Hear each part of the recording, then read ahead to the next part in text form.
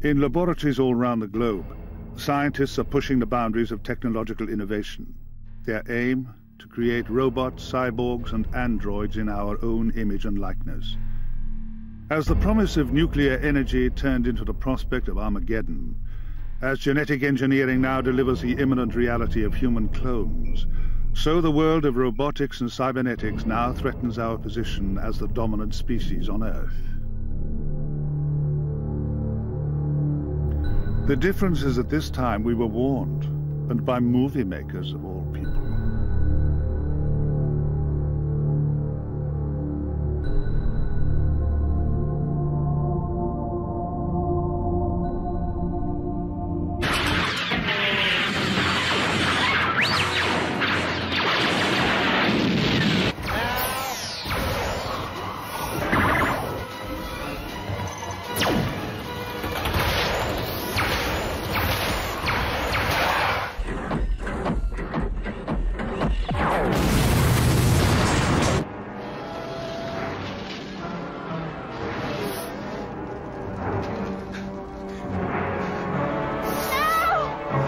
For what I'm doing with cyborg research, linking technology with humans, there are short-term positives and long-term negatives.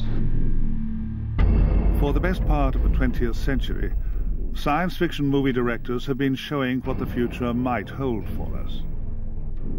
But it now appears that we are approaching a time, uncomfortably close at hand, when these screen fantasies will become part of our world for real. It does frighten me. It does frighten me. Maybe it's out of ignorance, or there's certain things that I think are sacred. Human life is one of them. It's now becoming quite a possible thing. It's not in the realms of fantasy quite so much as it was. Ultimately, we have to face the fact that many, many generations from now, something like that will happen. I don't believe we're looking further 20, 30 years for us to get into a dangerous scenario.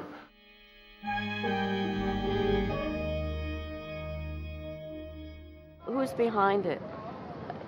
You know, it makes you question, who's the mastermind here? Why? Why?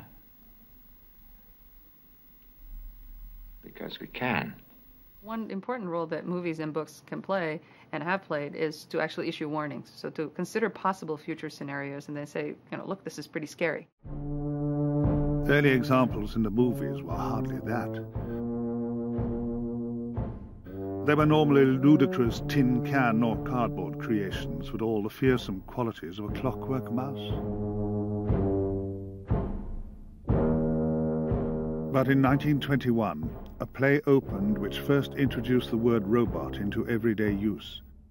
Rossum's Universal Robots was written by Karl Čapek in Prague at a time when the significance of the Russian Revolution was beginning to set in.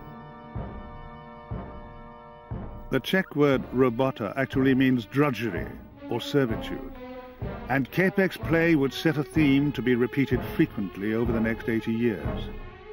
That was the story of man versus machine, and who was the master and who was the servant type of thing, because sometimes the lines get blurred. At least that was his theme. In 1926, the world's first great movie robot appears. Surely the first science fiction classic is Metropolis. And there you see the poor workers working away, and the creation of this beautiful but rather devilish robot. Fritz Lang's epic Metropolis took 16 months to shoot, cost 7 million German marks, and had a cast of over 37,000 people.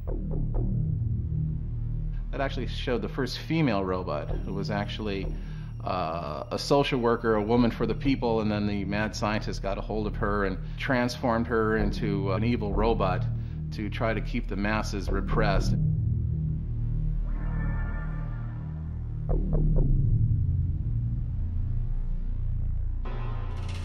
Lang's robot, the False Maria, was not a literal prediction of some technological future, but a metaphor for the social and political anxieties of the 20s.